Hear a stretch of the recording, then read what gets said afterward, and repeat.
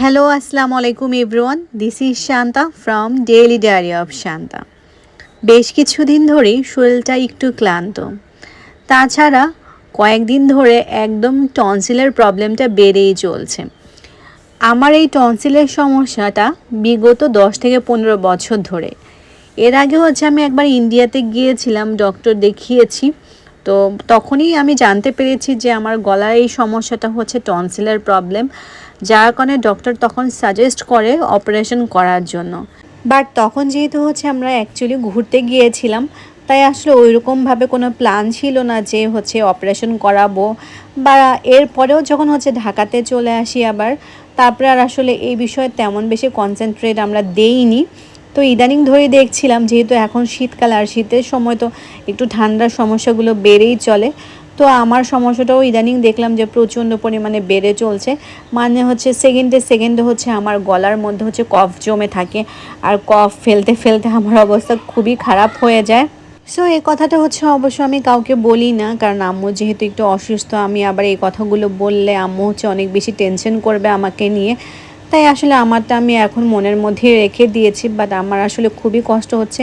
আর গলার সমস্যার কারণে দেখা যাচ্ছে আমার মাথা প্রচণ্ড ভার হয়ে রয়েছে, প্লাস মাইগ্রেনের ব্যথাও মাঝে মাঝে স্টার্ট হয়ে যায়। সো একটু আসলে সব কিছু নর্মাল হয়ে গেলে আমি ভেবেছি যে না, ডক্টরটা এবার ফাইনালি দেখাতেই হবে, না হলেই না। সংসারের সব দায়িত্ব যখন মাথার উপরে আসলে চেপে বসে, তখন আসলে সব কিছু বাদ দিয়ে নিজের কথা চিন্তাই করা যায় না। জীবনের সময়গুলো কীভাবে যেন আস্তে আস্তে করে চলে যাচ্ছে কিছুই বুঝতে পারছি না। ওয়াফিয়াকে দেখলে আমার নিজের ছোটবেলার কথা মনে পড়ে যায়। কি ছিলাম আর সময়ের সাথে সাথে কি হয়ে গেল। যার হাত ধরে আমি এতটা বড় হয়েছি, আজকে আমার হাত ধরে সে চলে। সময়গুলো কি অদ্ভুত না, কীভাবে সময়ের চক্র বৃদ্ধিতে আমরা ঘুরছি। যাই হোক, তোমরা তো জানোই আম্মুকে আমি লবণ ছাড়া তরকারি খাওয়ানোর চেষ্টা করছি। তো আম্মু সব তরকারি আসলে খেতে পারে না, কারণ লবণ ছাড়া আসলে সব ধরনের তরকারি খাওয়া যায় না বা স্বাদ লাগে না। এখন শত হলেও তো মানুষের একটা রুচি বলতে কথা থাকে। তাই পালং শাকটা আম্মু বেশি খেয়ে থাকে, কারণ পালং শাকের মধ্যে এমনি একটা লবণাক্ত ব্যাপার থাকে। এর মধ্যে এক্সট্রা করে আর কোনো লবণ অ্যাড করাও লাগে না। তার কারণে প্রায় সময় আম্মু পালং শাকটাই বেশি খেয়ে থাকে। আর সাথে আমি সালাদ অ্যাড করে দিই। তাতে করে আম্মুর দেখা যাচ্ছে কার্বোহাইড্রেটটাও কম খাওয়া হচ্ছে, প্লাস পেটটাও ভরা ভরা থাকছে।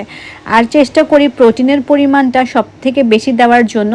বাট ইদানিং ধরে আম্মু বিভিন্ন ধরনের নক্তা করছে, অ্যাকচুয়ালি খেতে চাচ্ছে না। লবণ ছাড়া মাছ মাংস কিছুই সে খেতে চায় না। মাছ আসলে ভাজা না হলে খেতে কিন্তু ভালো লাগে না।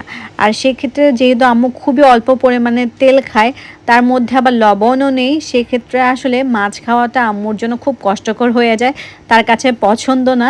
তার কারণে বেশিরভাগ সময়ে শাকটাই খাওয়া হয়। তো এইদিকে চুলায় রান্না বসিয়ে দিয়ে আমি চলে আসলাম ওয়াফিয়াকে পড়াশোনা করানোর জন্য। ইদানিং ধরে ওয়াফিয়া একদমই পড়াশোনা করতে চাচ্ছে না। যেহেতু আমিও আসলে একটু ডাইভার্ট মনে থাকি, তার কারণে ওয়াফিয়ার দিকে প্রপারলি টেক কেয়ার করতে পারছি না। তাই ভাবলাম একটু পড়তে বসেই, মাঝে মাঝে আসলে পড়াশোনার চর্চাটা না থাকলে পড়াশোনা সব কিছু ভুলে যাবে। তো যখনই দেখছে ওয়াফিয়া আমি ভিডিও করছি, তো ওয়াফিয়া দুষ্টামি শুরু করে দিয়েছে। তো এইদিকে আম্মুকে আমি বললাম যে রান্না টান্না কমপ্লিট হওয়ার আগে তুমি গোসল টোসল করে নামাজ টামাজ পড়ে নাও, তারপরে খাবার টাবার দিব। কিন্তু এর ফাঁকি দেখলাম চলে এসেছে রাহাত। তো রাহাত আজকে আবার যাবে একটু সৈয়দপুর এয়ারপোর্টের কাজে। তো অফিসিয়াল কাজে যাবে অ্যাকচুয়ালি, বাট তার আগে ও বাসায় চলে এসেছে।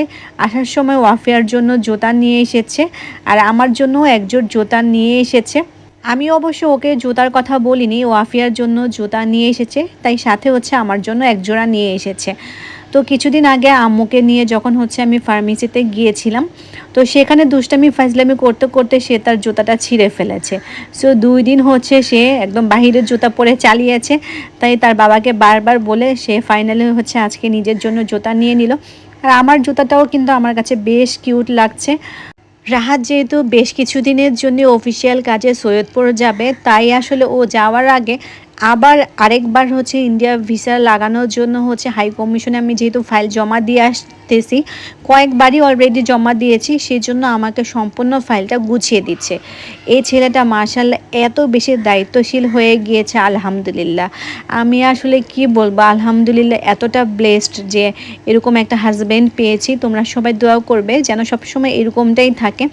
সো এদিকে আমি রাহাতকে খাবারটা দিয়ে দিয়েছি, আর এইদিকে দেখতেই পাচ্ছ আমাদের সেই গাট্টি বস্তাগুলো এখনও রয়েছে, কারণ এখনও পর্যন্ত হচ্ছে আম্মুর আলমারিতে উলু পোকা রয়েছে, যার কারণে হচ্ছে এগুলো গুছাতে পারছিলাম না। যাই হোক, এদিকে রাহাতকে খেতে দিয়ে হচ্ছে আমি নিজেও খেতে বসে পড়েছি। তো আমি হচ্ছে খিচুড়ি আর একটু ভর্তা নিয়েছি, আর ওয়াফিয়া এই রাতে বায়না শুরু করে দিয়েছিল হচ্ছে নুডলস খাওয়ার জন্য। সে নাকি রাতে ভাত খাবে না, তাই তাকে হচ্ছে অল্প পরিমাণে হচ্ছে আমি নুডলস রান্না করে দিয়েছি। তো এটাই হচ্ছে আজকে ওয়াফিয়ার ডিনার।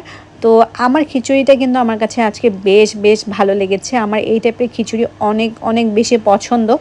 তো আমি নিজে খেতে খেতে সাথে সাথে ওয়াফিয়াকেও খাইয়ে দিচ্ছি।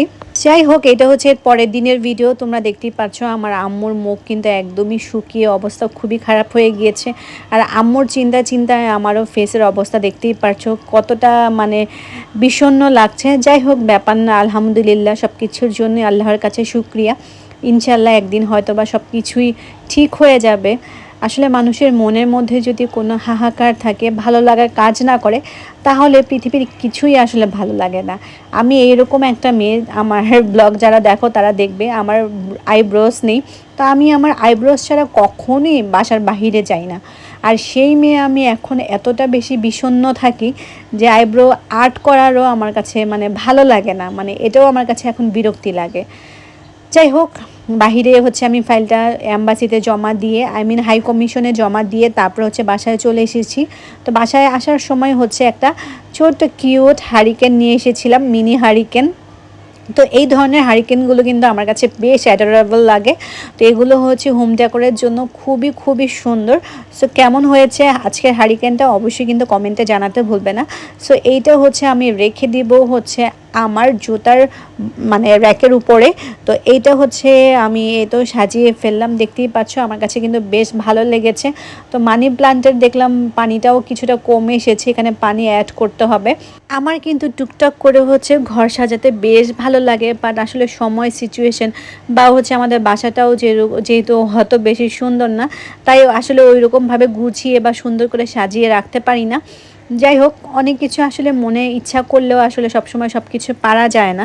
তো দেখতে দেখতে কিন্তু আমি ব্লগের একদমই শেষ পর্যায়ে চলে এসেছি। নেক্সট ব্লগে আবার তোমাদের সাথে দেখা হবে। সে পর্যন্ত সবাই ভালো থাকবে, সুস্থ থাকবে। আল্লাহ হাফেজ।